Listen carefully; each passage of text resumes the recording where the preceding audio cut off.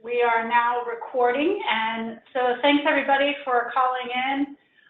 This is a webinar hosted by our credentialing community of interest.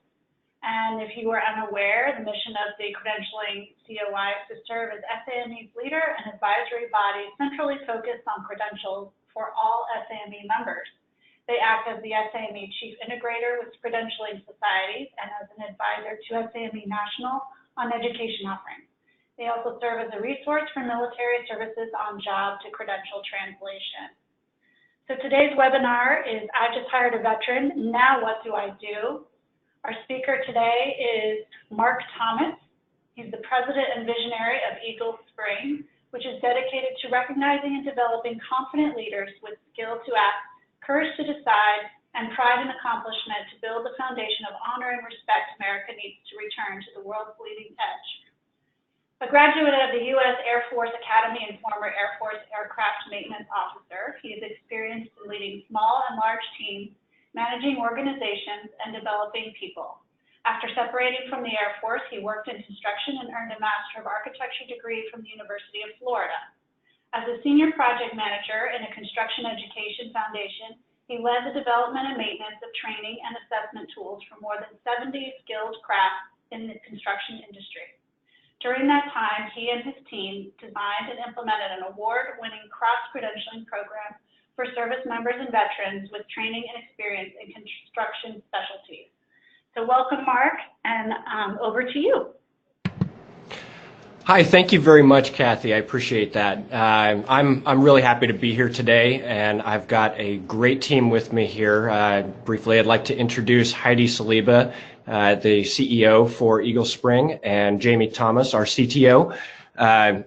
If there are any questions during the presentation, if you would like to put them in through the chat, Heidi will be monitoring that and focusing on those answers. And Jamie is also here for doing the same.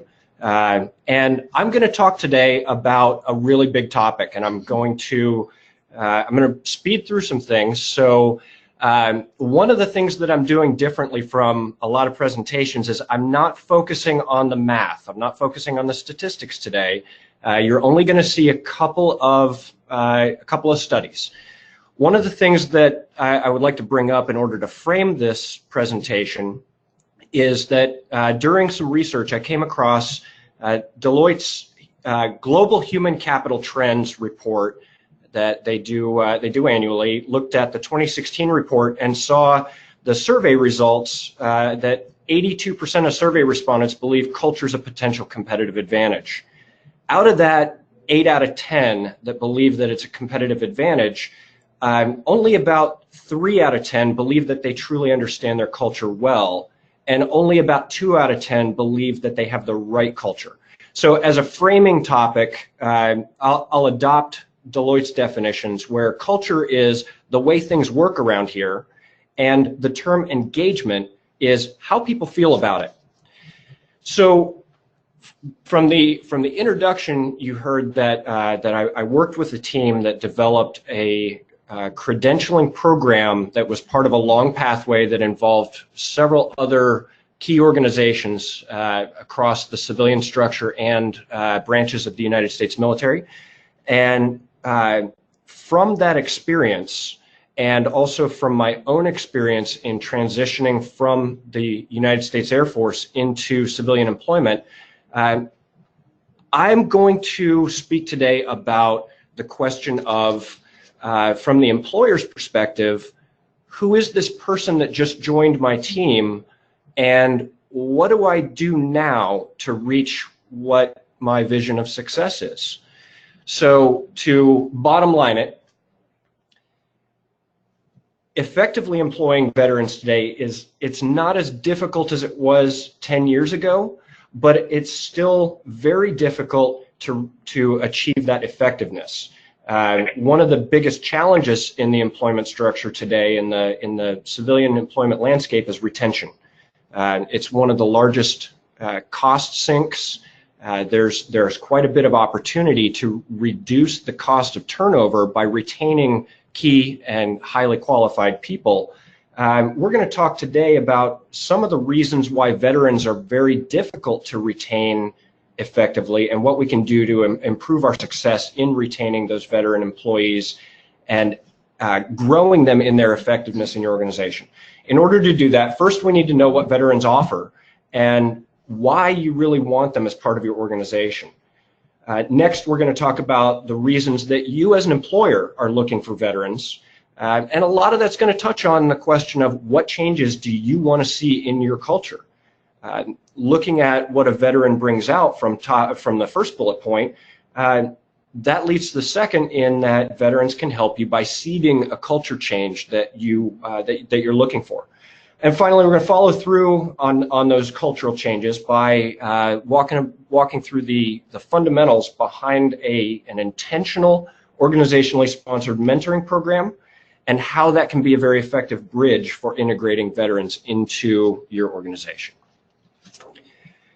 Introduce ourselves a little bit, and thank you, Kathy. You covered our mission statement very, very well, and so I'm not going to read it back out to everybody, but we're about confidence, skill, courage, and pride, and that's at all levels of leadership, starting with the peer leader who is leading by example, all the way up to the executive leader who is directing the strategic course of an organization in achieving a vision. We do this by evaluating and training the craft of leadership through knowledge and performance-based competencies and a structured leadership model. Let's define some things.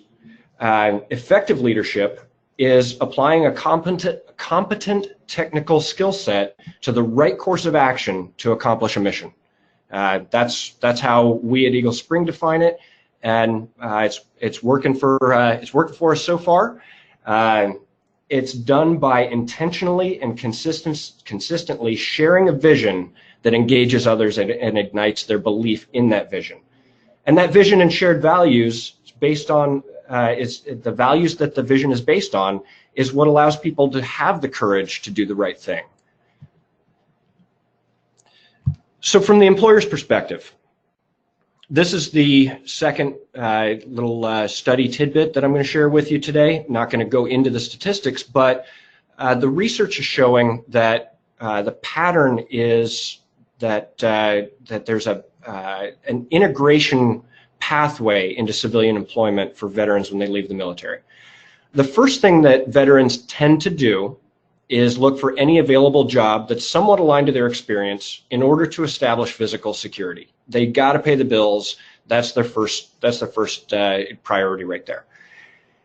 Next, once they've got that taken care of, they're going to quickly start looking for a better job. And that better job is the one that's going to help them move more towards success. While they're doing that, then very soon they're going to start to look for an employer to whom they can devote their own personal values and their commitment. They're looking for that employer that they can engage with. The study that Syracuse University performed a little while back shows that pathway takes about 2 years, and that usually that the veteran is going to hop from one to the next in order to find that job where they can engage. So the question that we're going after today, with all of that background context, is how do you become the employer that the veteran wants to commit to from the beginning? How do you become job number 3?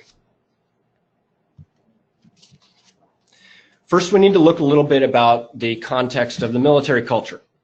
For veterans that are listening to this, you know it, you've lived it firsthand.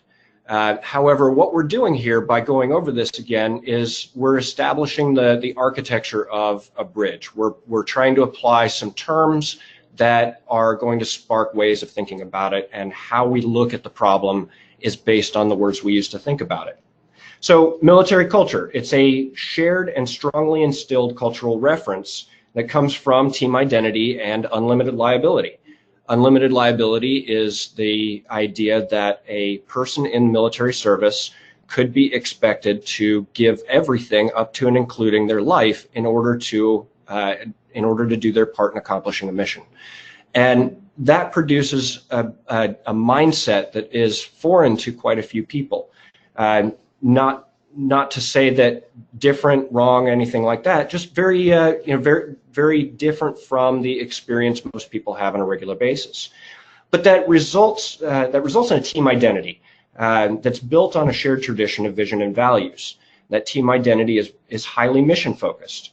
One of the major differences that produces that high focus on mission, vision, and values is the difference between military and civilian operations, the dedication to continual training as a part of those operations.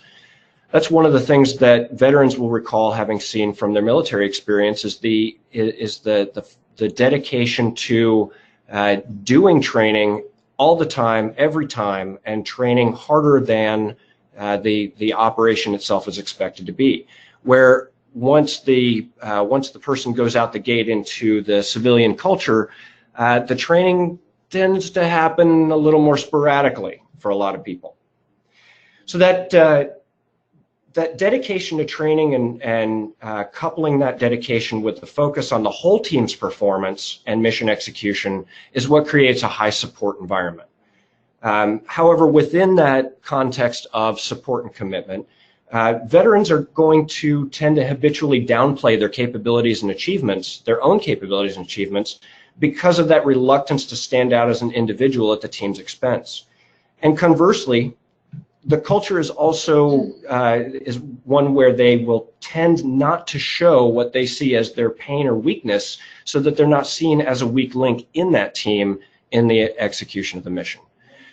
So that previous experience that we had was setting up and operating a credentialing segment of a program to facilitate veteran transition to the construction industry showed us that understanding the language is part of that prevalent challenge. One of the things that we found is, in a lot of cases, we're using the same words, but we are actually speaking a different language. And in order to illustrate that, I'm going to ask, what does the word secure mean? So while I was with a previous employer in my civilian employment career, I was told if I'm the last one out, secure the building. And for a civilian, secure the building means, well, first off, try and head home before the parking lot's empty. Second, check the gym to see if anybody's in there. And third, if my car's the last one in the lot, punch in the alarm code, go home for the weekend. I set the alarm, good. On the other hand, if you tell a soldier in the Army to secure a building, he's going to detail his squad and verify all the occupants' identities, the security clearance of every person in the building, and then set up a guard change rotation. Next, they're going to set up barricades to restrict vehicle access and checkpoints and IED protection on all avenues of entry to the building. Then finally, they're going to position machine gun crews on the roof and perimeter overwatch to repel any attackers. The building is secure.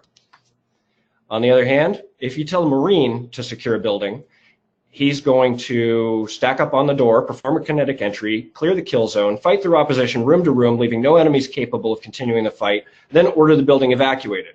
Next, he's going to coordinate with the forward air controller to have a 500-pound laser-guided bomb drop through the roof to reduce the structure to rubble, and then burn the rubble. The building is secure. Tell an airman in the Air Force to secure a building.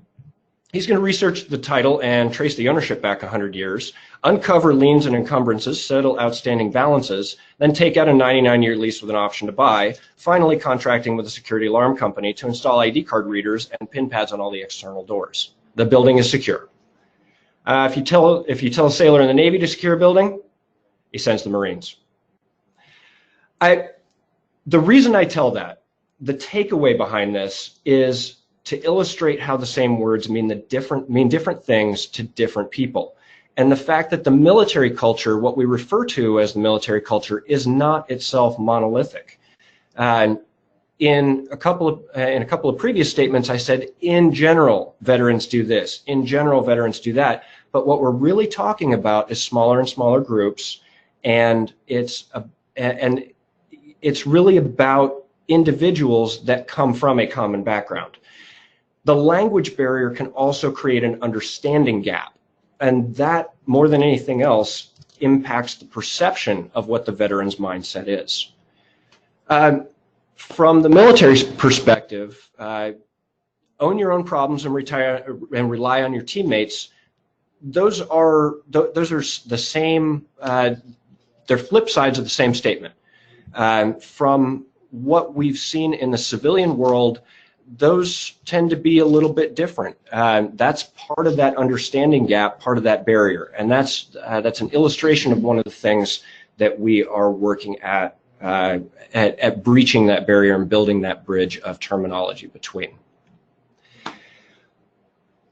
My transition out of the Air Force was very difficult. I've also talked with a lot of other veterans who say essentially the same thing, and that is that transition doesn't happen in 6 months or a year or 2 years. The story that I tend to hear from veterans that I speak with is it really doesn't matter how long a person has been out of the military, they are always in transition. Part of that, I think, is because the cultural reference that people learn in the military are so embedded by the effective training and integration of what starts as civilians into a professional military force, that once that's set in, those patterns of behavior and the modes of thought and the social norms are all so hardwired that they last a lifetime. Feedback from civilians who have employed veterans, asking folks, hey, what do you find in the people that you're hiring? What is it that you are seeing as trends? What we've seen is they report that veterans tend not to ask for help. A lot of that is because somebody from a military background in a civilian culture doesn't know who to ask, and they don't necessarily know how to ask. In addition, it's difficult to start to form bonds with other people in the workplace. A lot of the reason for that is those social signals and the social rituals and how different they are. Going from an environment where the social signals and the rituals are very well clarified and very clear, to somewhere where things just aren't quite as spelled out, is an extraordinarily difficult transition. A lot of times they don't necessarily know how to express the capabilities that they do have, but at the same time they're also driven more to contribute. I personally ran into this myself. I had a lot of difficulty with explaining what is my actual skill set and why is it that I feel like I'm in a job that I can't give what I have to give. Also, the empathy issue, the different social cues and how they matter, and the hardwired responses are different. The body language doesn't translate. Where in one case a blade hand in one culture might be emphasis, in another culture it's aggression, and that sets up a very different empathetic perspective. So what do? A lot of times we'll reach back into our military life. We'll say things like, well, when I was in the military we did that. That's a flag. That's one of those signals to an employer when they hear the "when I was in the military." It's a reaction to uncertainty. It's a person who's feeling back to their foundation so that they have something solid to stand on. As a result of all this, the miscommunications, the cross signals, a lot of times there's I feel like I'm ignored. I come into work, I sit in my cubicle, people try not to interact with me, and they go away as soon as they can, and then I go home. A lot of that is, the privacy boundaries are very different. When in the military, when we hear from senior NCO or commanding officer, let me know if you need help. That means even if it's 3 a.m. and the roof just fell in, yeah, you call. The question of, well, does that statement only apply to business hours in the civilian workplace? I don't know. I'm not sure. Does my supervisor really mean that I can call in the middle of the night? I have no idea. We also tend to misunderstand the standards that are set because we're seeing the words, but we're speaking a different language. The same words have a new meaning. We briefly went over that with the secure question. What does it mean to secure the building? Well, it depends on what my background is. So I need it clearly stated. Let me know clearly what you want me to do.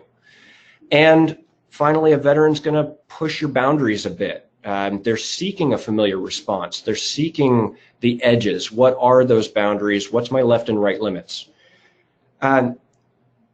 When we don't know the standards, when we don't know those boundaries, we're going to take the initiative to find out. That means that we're going to move forward until we feel a resistance.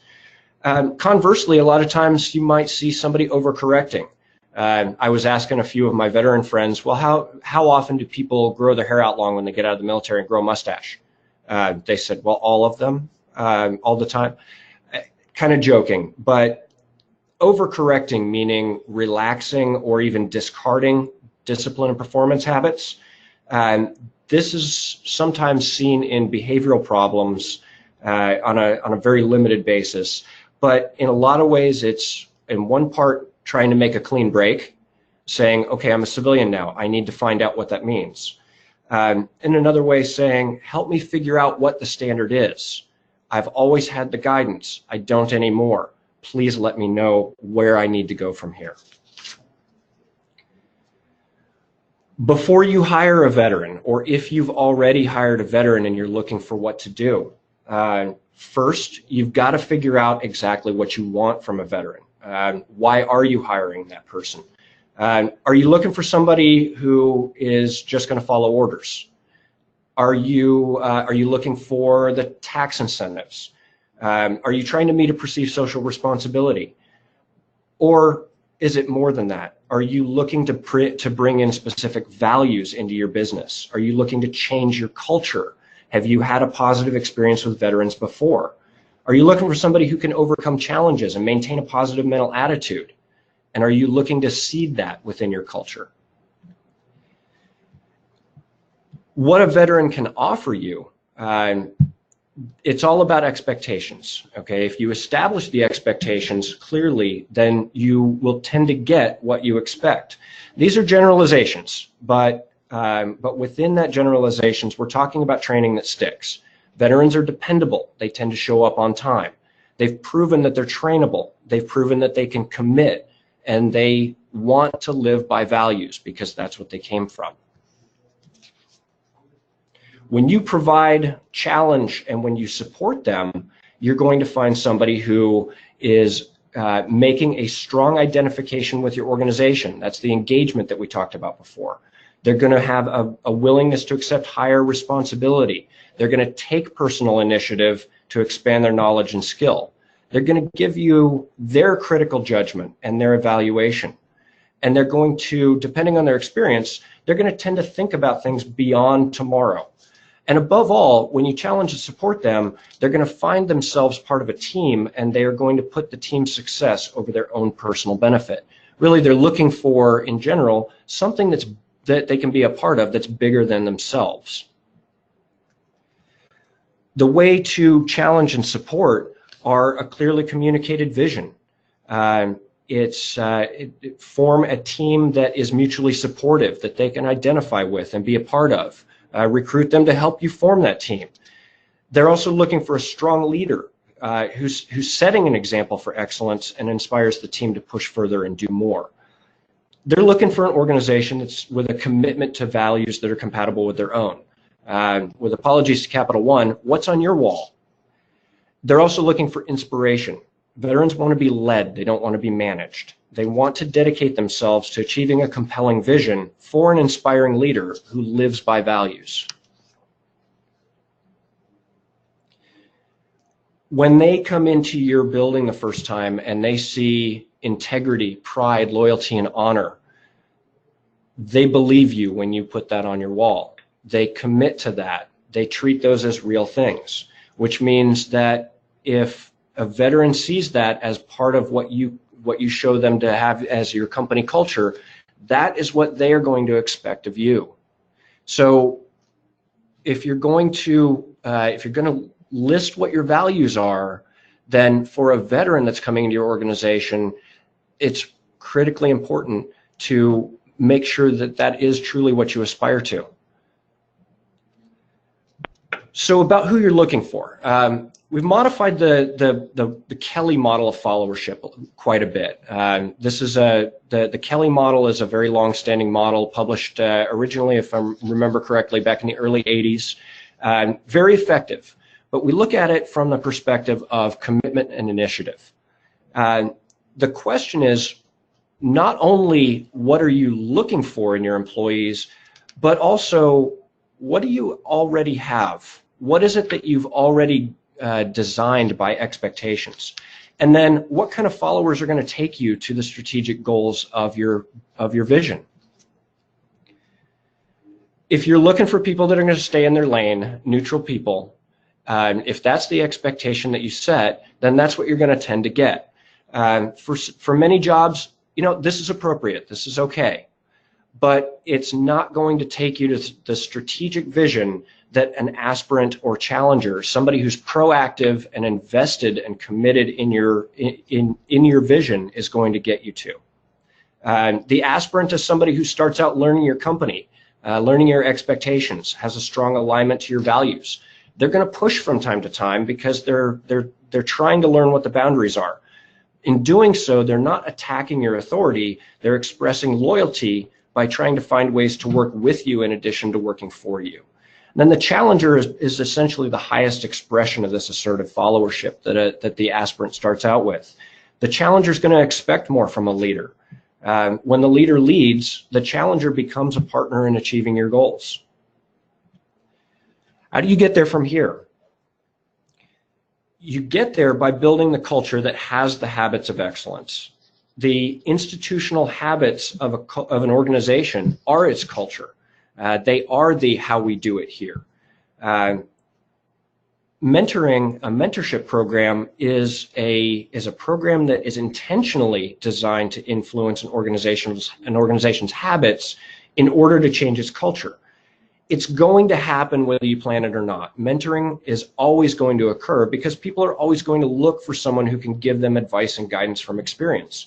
But the most powerful mentoring happens when you grab a hold of that, make it part of your company culture, how you do it there, through an organizational program.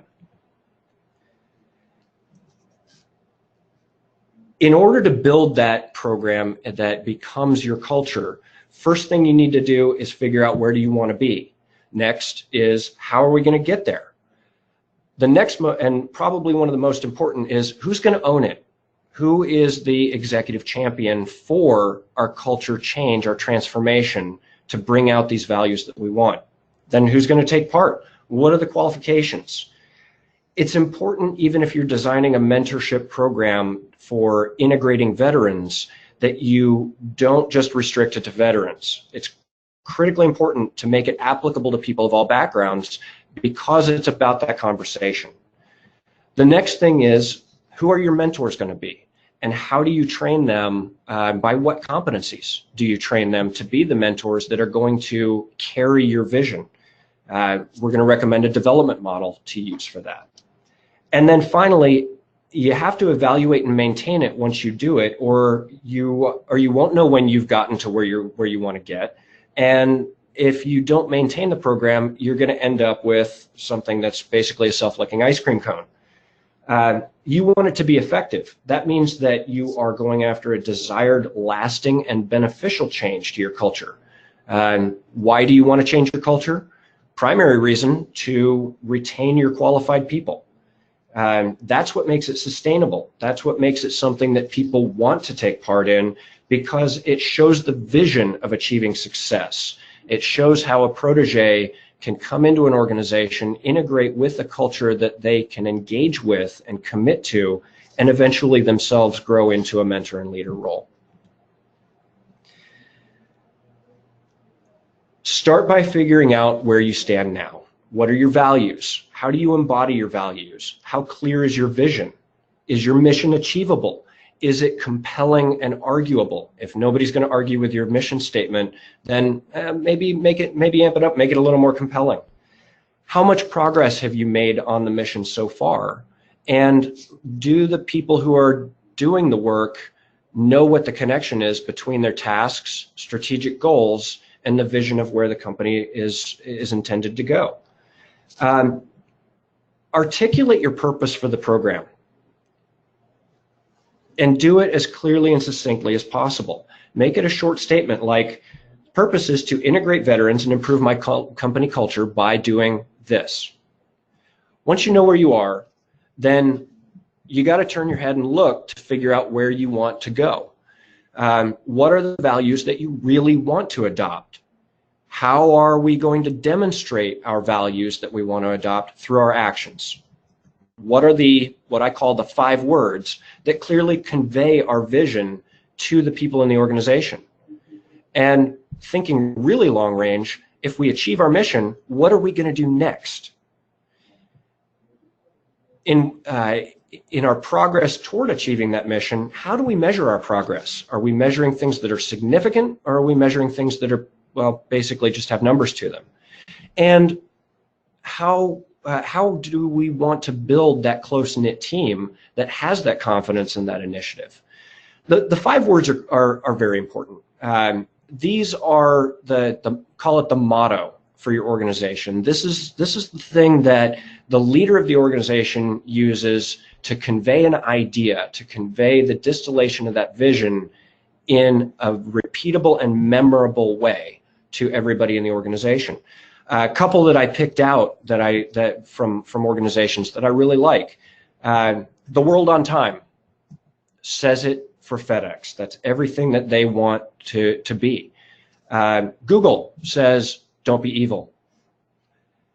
One of the small colleges in the state of Florida had a beautiful one. Their 5 words: be yourself, only better. Asked a lot of Air Force veterans, what was the motto? What was the thing that connected you in whatever your specialty was to the vision of the organization as a whole? And I heard the same thing every time: fly, fight, win. For the Marine Corps, Semper Fi. It says it all right there. Doing this, building the culture and having that clearly expressed motto that people can latch onto, sets up the progression for a person from accepted to the company to assertive follower who has adopted that challenger ethos and is on their way to becoming your next leader and mentor. Your program, your mentorship program that you build and run and maintain, that is designed to integrate people into your culture and affect a cultural change at the same time, emphasizes purpose and values. The purpose, as you go along, as you're building this, should be broken down into effects that can be evaluated. Remember, there's a big difference between measurable and significant. The progress through this is from that person that you've accepted all the way to the leader and mentor. This is done by clearly communicating and repeating a vision, defining the stages of development, focus on a leadership development model that you apply within your company, making sure that you know what the milestones are for stage completion. And if you really want to get people to engage in this, develop rites of passage for success at each stage. This is the Eagle Spring leadership development model. I'm going to go through this very quickly, but first off, clearly articulating what success looks like. This is expectations. Next, the skills are what it takes to achieve that success. Finally, next, evaluation is checking those skills. Are we going in the right direction? Once you've checked the skills, then you need to support the growth. This is feedback. This is listening for responses. This is body language, verbal cues. This is a person's engagement developing right there. As you've supported someone's growth, their behavior needs to have effects. This is positive and negative. This is identifying success or failure. Succeed, move forward. Fail, check it, move back if necessary, remediate, try again. Is it a skill problem or is it a will problem? On the other hand, if the success is huge, if it's wildly unexpected, is that person's responsibility level high enough? And finally, stretch. What does our next success look like? How are we going to move from what we've just built? And the key to this is it's a cycle. Once you have reached that definition of what the next success looks like, you're back into expectations. So applying a model like this within your company to integrate veterans to grow them into the leaders and mentors of your company's future works really well with an acculturation and integration program that has stages. First off, acceptance. That's the interview, that's the hiring process. The milestone here, the rite of passage, is the coming into work for the first day. It's having signed that offer letter, it's coming in and becoming part of the job. I've heard people say often that the interview is the best you're ever going to see of a person. Part of that may be because in a lot of organizations, it's the last time that an achievement of a milestone was really recognized formally. This is also, as we go through this, a structure that's embedded in military culture. There's really no such thing as not in the military anymore because of the way that this structure integrates people and brings them in and aligns them to that culture. The next stage, trainee. This is supporting, this is providing those skills. Veterans are going to come to you with a skill set already. What they need is for you to train them on how to apply the skills they can demonstrate in the context in your culture. Recognition of this is recognition of completion of an orientation. It does not have to be fancy. It can be something as simple as a certificate or a mention. Hey, this new person that's just joined our company has completed their training. They're ready to join the team on the in the office. Next is the aspirant. This is also tryout period. This is maybe the probationary period. This is the stage where you find out if the veteran who's your new employee is right for you, and if you're right for them also. During this stage is really when that veteran is going to look to see whether you're exhibiting the vision and values that are on your wall. The milestone after this is acceptance and certification as a permanent employee in the company. You've passed your probationary period. You've reached a milestone. Maybe this is an interview with executive leaders. Maybe this is recognition during a company status report. Maybe it's an email that goes out to everybody, but recognizing that milestone is key to moving to the next stage, which is your implementer. You hired the person to do the work. When they're at this stage, now they're showing that they can do it. This is a gradual increase in scope and scale of their tasks. This is where, with a veteran, you expect and you encourage more initiative in what they're doing, and you also make sure that they are assessing their own performance in discussing with their direct supervisor how the supervisor views their performance. That needs to be a conversation. Because the desired outcome that you're looking for at the end of this stage is, hey boss, here's an opportunity we might not be capitalizing on right now, and here's what I project might be the potential ROI. Can I take this and run with it? If you hear that, what you have just achieved is an assertive follower. This is the person who's going to push your bounds and test your limits. Remember, they're not doing this to challenge you, to challenge your authority. They're doing this because you have shown them that you have a level of trust in them, and they are loyal to you because they know that your vision values match their vision and values. They trust you because you trust them. The person who is at this stage, the assertive follower who embodies that challenger ethos, is going to grow aligned to the vision and values they've adopted because that's the expectation you've established and followed through on. And finally, the leader and mentor is fully on board with your company. It's their company now too. Yes, they're still a veteran, but they're part of your team. They're in your culture, and part of that is because they helped make what the culture is at this point. They own a little piece of it. The big milestone here is for them to select their protege, to engage in training, to be the trainer, because what a veteran brings to you is the knowledge that if they're not replaceable, they're not promotable. And they were taught that it's their responsibility to create opportunities for people below them to move up. So the bottom line again. First, start with what you expect to see and be able to clearly articulate it. That means articulate it to yourself and be able to articulate it to others. Next, create an intentional and organized way to support a veteran's integration to meet that expectation. And finally, grow that leader who's a partner in addition to being an employee. So at Eagle Spring, this is quite a bit of what we do. We've developed a leadership model that goes from peer leader, which is your frontline people. It's the people who are leading each other by example, through small team leadership, large team leadership, and executive leadership. We do help organizations align their objectives, goals, program structure, and plans and policies to achieve and maintain the consistency of their purpose.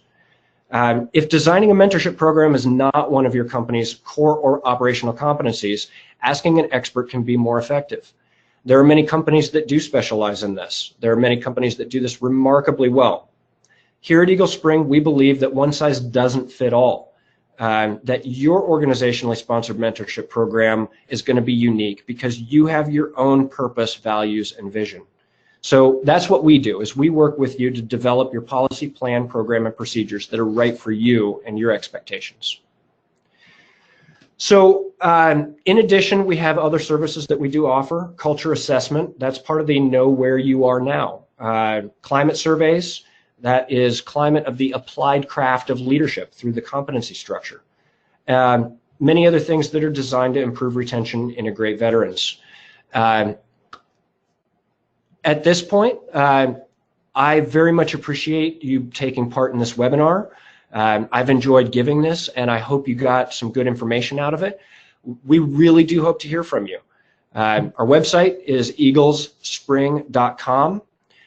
Also, you can email or call us with the contact info on the screen. Are there any questions from anybody that we can take on?